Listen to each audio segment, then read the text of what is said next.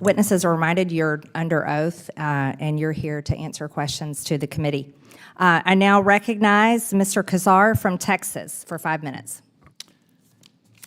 Chairwoman Greene, you and my Republican colleagues have called this hearing that is all about cutting off money to nonprofits for things that are, quote, contrary to the national interest. What we've heard here is my Republican colleagues going after nuns and priests that feed immigrants, going after nonprofits that do scary things like support our queer youth. It is astounding to me.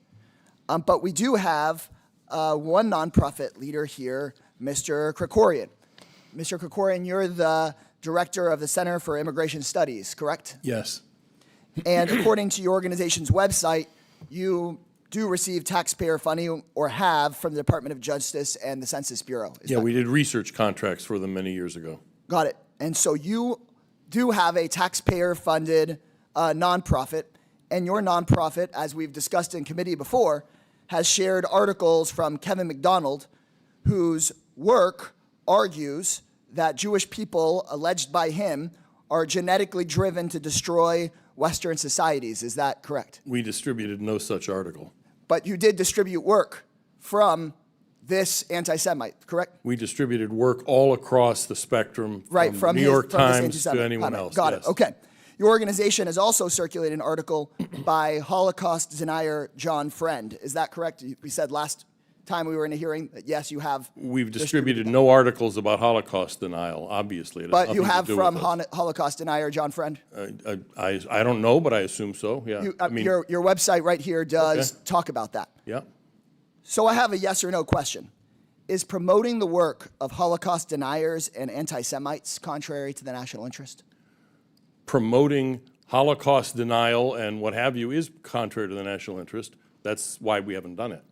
But you have promoted the work of Holocaust deniers, like John Friend. There were several examples. We've also promoted the work of Open Borders people in that effort to present a broad range of views. Yeah, absolutely. And we don't endorse one way or the other. So you have promoted the work of Holocaust deniers, but have you received anything from DOGE asking whether they want to cut your funding? Have Republicans called you in to ask about your nonprofit and said, hey, we don't like that you've promoted the work of Holocaust deniers? Have you had any funding cut by DOGE or by this committee? We don't get any funding to be cut.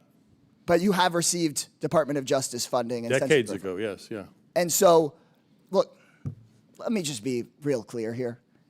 This hearing is not about taking on nonprofits that are going, quote, against the national interest or who are, quote, extreme.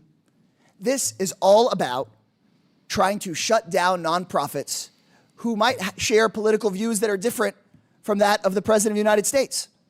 This hearing, they're going after organizations they call radical because they're kind to kids that are having trouble in school, kind to kids that are trying to figure out who they are in the world. They're going after nonprofits, and you, sir, and your nonprofit are saying that the radical people are the priests and nuns that feed the hungry, the nonprofit organizations that, yeah, give shelter to immigrants, that I understand your Center of Immigration Studies does not like immigration very much. But let me tell you, the radical folks aren't the folks out there doing good. The radical folks that you might disagree with, their version of the good, but the radical folks are the people that in your face come to this committee hearing and are sharing through their websites, through their listservs, articles by Holocaust deniers. And you're saying, yeah, we didn't share the Holocaust denying articles, but we shared some of his other stuff. I'll make my last point here clear. I represent Texas. I have long-standing ties to the city of El Paso, where in 2019, 23 people were murdered at a Walmart.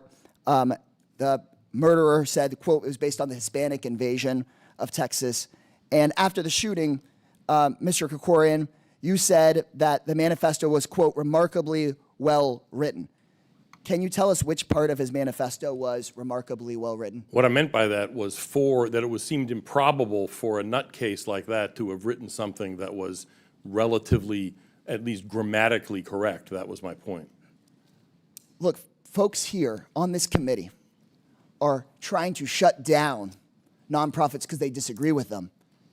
You're a nonprofit, and you, sir, saying that the El Paso shooter had a manifesto The that's remarkably gentleman's well-written, time has that is expired. extreme, The and gentleman's- what goes around comes around. The And it's just gentleman's important- time has expired. Chairwoman, okay. I now recognize Mr. Jack from Georgia for 5 Chairwoman, minutes. I just want to make clear Thank you, that what Madam goes Chair. around can come and around. Thank you, Madam Chair. As one